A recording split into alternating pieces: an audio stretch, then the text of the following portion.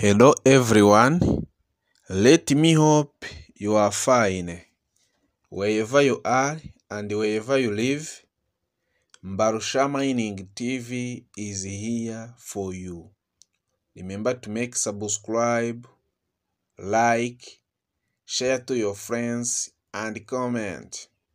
Reka mbasuhuze kandi mbifurize ibihe byiza mwe mudahwema kudukurikira ku muyoboro wa YouTube channel yacu yitwa Mbarusha Mining TV.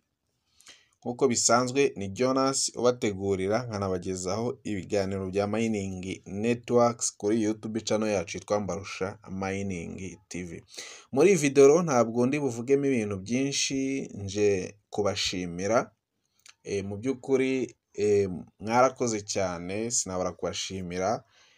Aka ka message cyangwa buno butumwa buvuye ahantu kure, Google AdSense ni ibirimo imibare 6 unamaze kwifungura barimo pin yawe ikwemerera kuba watangira kujya uhembwa na YouTube. Ndabashimira cyane rero, ibi byose umuntu abigeraho kubera mwebwe dufatanyije tugera ku bintu byinshi cyane. Ni muri urwo rwego rero iyi ni intsinzi yo kwishimira kuri YouTube channel yitwa Mbarusha Mining TV. Mwarakoze cyane rero, iyi code cyangwa iyi message cyangwa buno butumwa wabuvuye hanze ujya kufata ku iposta, waramaze gutanga imyirondoro yawe aho ushaka ko uzabwakirira. Ngero hano ko ahangaha nabufatiye ku iposta, ku cyicaro gikuru wenda cy'iposta mu Rwanda cyangwa cy'iposta Kigali Nyarugenge. Hano ni mu mujyi rero, munsi gatoya ya rompuwe yo mu mujyi. Ubona ko nari mpari.